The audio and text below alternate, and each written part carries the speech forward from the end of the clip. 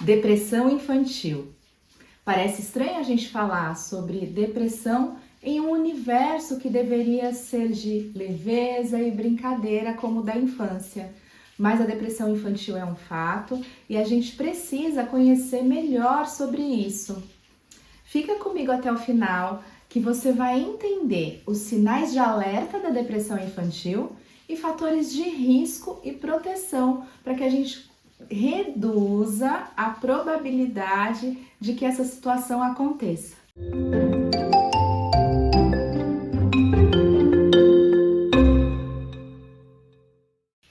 Eu sou Alessandra da Silva Ferreira, psicóloga infantil. Já se inscreve aqui no canal, ative as notificações, apertando aí no sininho para que você receba cada vez mais vídeos sobre a infância e conteúdos tão importantes quanto esse.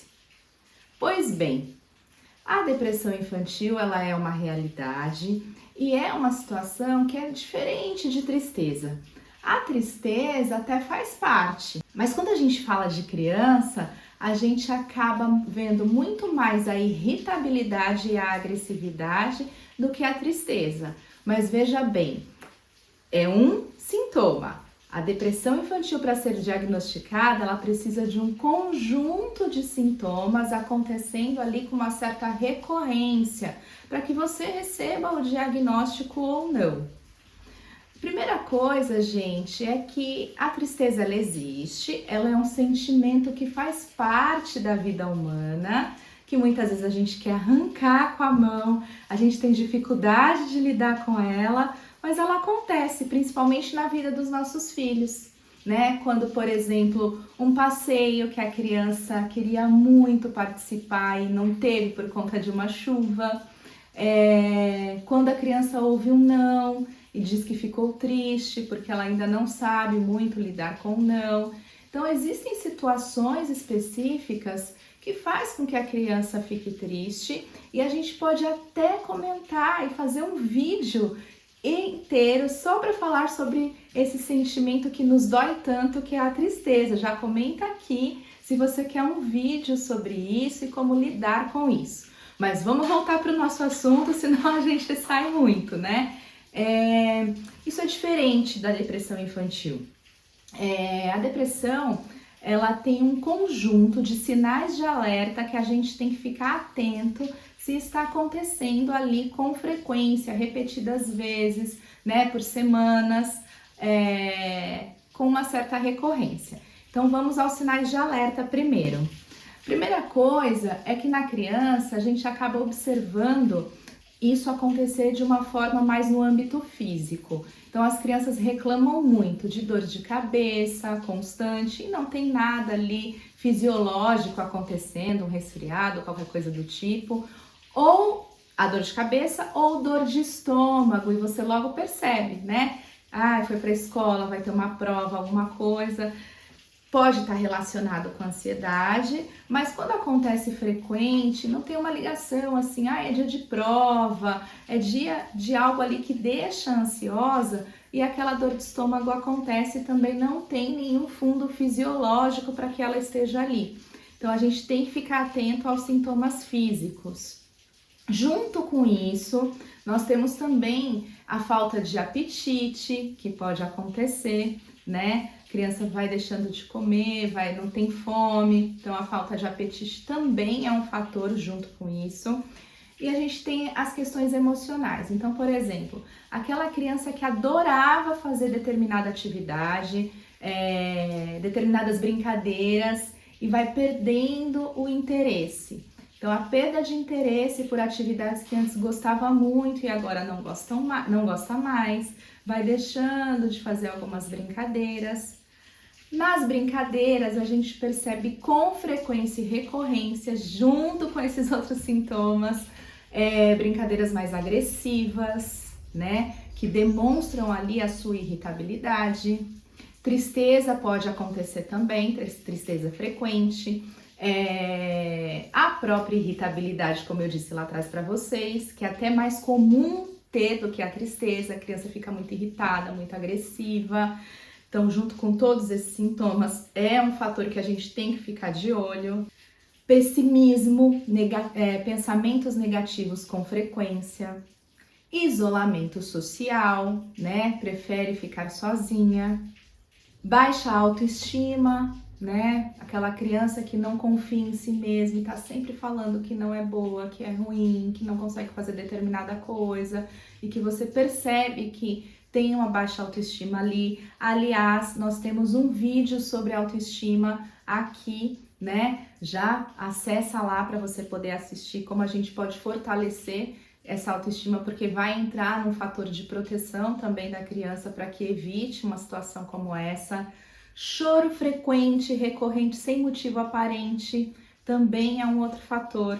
E aquela falta de energia, aquela apatia para se posicionar na vida, para interagir com outras crianças, né? Isso também faz parte, além muitas vezes pode acontecer a questão do desempenho escolar cair, né? Então tem um declínio no desempenho escolar. Então estes são os sinais de alerta para que você fique atento, né? Os sinais de alerta todos juntos ou alguns ali com frequência recorrente, que você tem que ficar atento e procurar um profissional especializado para entender, né, se é um diagnóstico de depressão ou não e como agir, como lidar com tudo isso. Mas então, tem alguma coisa que eu possa fazer para que reduza esta probabilidade da criança entrar no processo de depressão? Sim, a gente entra aí na questão dos fatores de risco e dos fatores de proteção. Mas veja bem, eu vou frisar essa palavra, né? Reduz a probabilidade de entrar nesse processo. Isso não significa que vai evitar totalmente, porque as crianças, os adolescentes terão as suas vivências, os seus encontros durante a vida, e isso não impede que ele vá aí por um caminho, né, dessa questão da depressão e tantas outras coisas que hoje a gente sabe que tem e que pode despertar essa condição. Então, falando primeiro do fator de proteção, a gente precisa prestar atenção na questão da autonomia da criança. Então, uma criança com uma boa autonomia, que faz ali, né, as suas coisas, né, cuida da sua mochila, consegue tomar banho sozinha, consegue arrumar suas coisas, organizá-las, né, claro, dentro aí de cada idade, né, das possibilidades de cada idade. Então, uma boa autonomia é um fator de proteção. Uma boa autoestima, né? Aquela criança que tem uma boa autoestima, uma autoestima mais fortalecida, também é um fator de proteção, além do ambiente familiar e um ambiente escolar positivo. Nós temos aí também os fatores de risco, ou seja, aquela criança, quando a gente fala de personalidade, né? Aliás, antes de falar de personalidade, um fator de risco é a genética, né? A gente sabe aí que tem um componente genético, então familiares que tenham diagnósticos de patologias, de transtornos mentais ou até mesmo da depressão. A genética, ela é um fator de risco, mas aqui a gente não deve só falar sobre genética, né? A gente tem que falar também de todas as outras questões que aparecem aí. Então, quando a gente fala de uma criança, né, quando a gente olha para a questão da personalidade, uma criança que acaba fazendo a relação de quando ela não consegue algo com o que ela, com a personalidade dela. Então, por exemplo, acho que o exemplo fica mais claro. Eu não consigo fazer essa tarefa porque eu sou burro. Nossa, eu não consigo nunca. Não deu certo porque eu sou ruim mesmo, né? Quando isso acontece dessa forma tão intensa, é um fator de risco. Crianças com muita dificuldade de regular as suas emoções, que não conseguem lidar com as suas emoções e não conseguem se autorregular, né? Também é um fator de risco. E claro, a gente não pode deixar de falar dos ambientes em que essa criança está inserida, né? Crianças que convivem num ambiente hostil, né?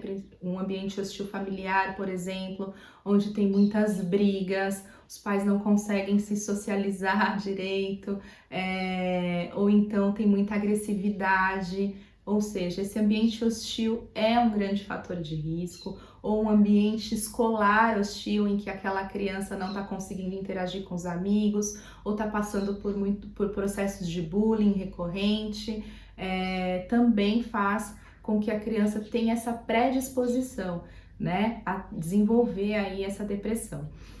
Fatores de risco é aquilo que nos torna mais vulneráveis, mais predispostos para passar por essa situação de, aqui no caso, a gente está falando da depressão infantil.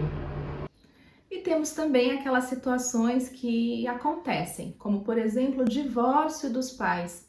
E aqui eu não estou dizendo que não é para se divorciar ou que não é para ter separação, mas é que é para cuidar da forma como isso acontece, a forma como é conduzida essa separação, porque o divórcio em si já é um evento que acaba atingindo a criança de alguma forma, né? Elas ficam tristes, elas ficam com muita dificuldade de lidar com isso. Então, dependendo da forma como é conduzido, isso pode sim ser um fator que contribui para que a depressão infantil se instale.